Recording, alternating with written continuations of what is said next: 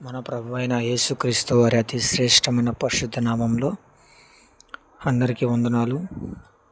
మరి క్రీస్తు జననం అల్పమైన గ్రామములో బెత్లెహేము అనే పురములో పశువుల పాకలో దేవుడు జన్మించాడు. మీకా గ్రంథంలో మనకు ఒక మాట చెప్తున్నారు, బెత్లెహేమా ఎఫ్రాతా, యూదా ప్రధానులందరిలో నీవు ఎంత మాత్రము అల్పమైన దానవు కావు అన్నాడు. ఆ దినముల్లో దేవుడైన యెహోవా ఆ యొక్క యూదా దేశంలో అల్పమైన బెత్లెహేమును, చిన్న చూపు చూసే ఒక బెత్లెహేమును ఒక చిన్న కుగ్రామం దేవుడు ఏర్పరచుకుని తన జనతైక కుమారుడిని అక్కడ జన్మించుటకు దేవుడు నియమించాడు. ఆ సమయములలో బెత్లెహేము అనేది చాలా చిన్న గ్రామం. దేవుడు దాన్ని ఏర్పరచుకున్నాడు, అల్పమైన దాన్ని ఏర్పరచుకున్నాడు. ఎందుకు పనికిరాని దాన్ని ఏర్పరచుకున్నాడు? తనకు కుమారుని యొక్క జననం కొరకు. మరి మన జీవితంలో కూడా దేవుడు ఒక మాట చెప్తున్నాడు మనకి,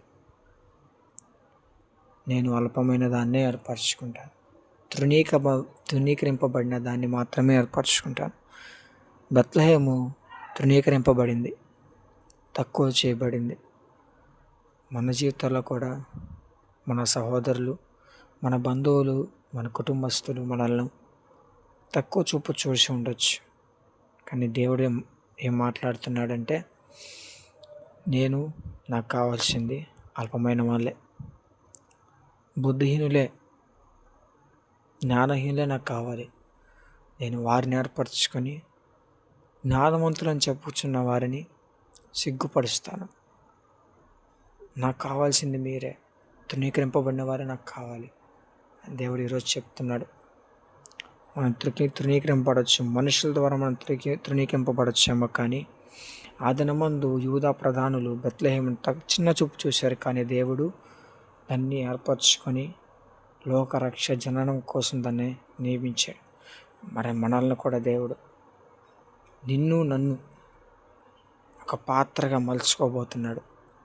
అల్పమైన మనలను, అల్పంగా ఉన్న మనలను తక్కువ చూపుతో చూస్తున్న మనుషులు చూస్తున్న చూపులు కాదు దేవుడు చూసేది. మనల్ని ఏర్పరచుకున్నాడు, ఆయనకు సన్నిధి తెచ్చుకున్నాడు. లోకములకు మీరు వెలుగై ఉన్నారని మనకు వాగ్దానం ఇచ్చాడు. లోకములకు మీరు వెలుగై ఉన్నారు, ఉప్పై ఉన్నారు అన్నాడు.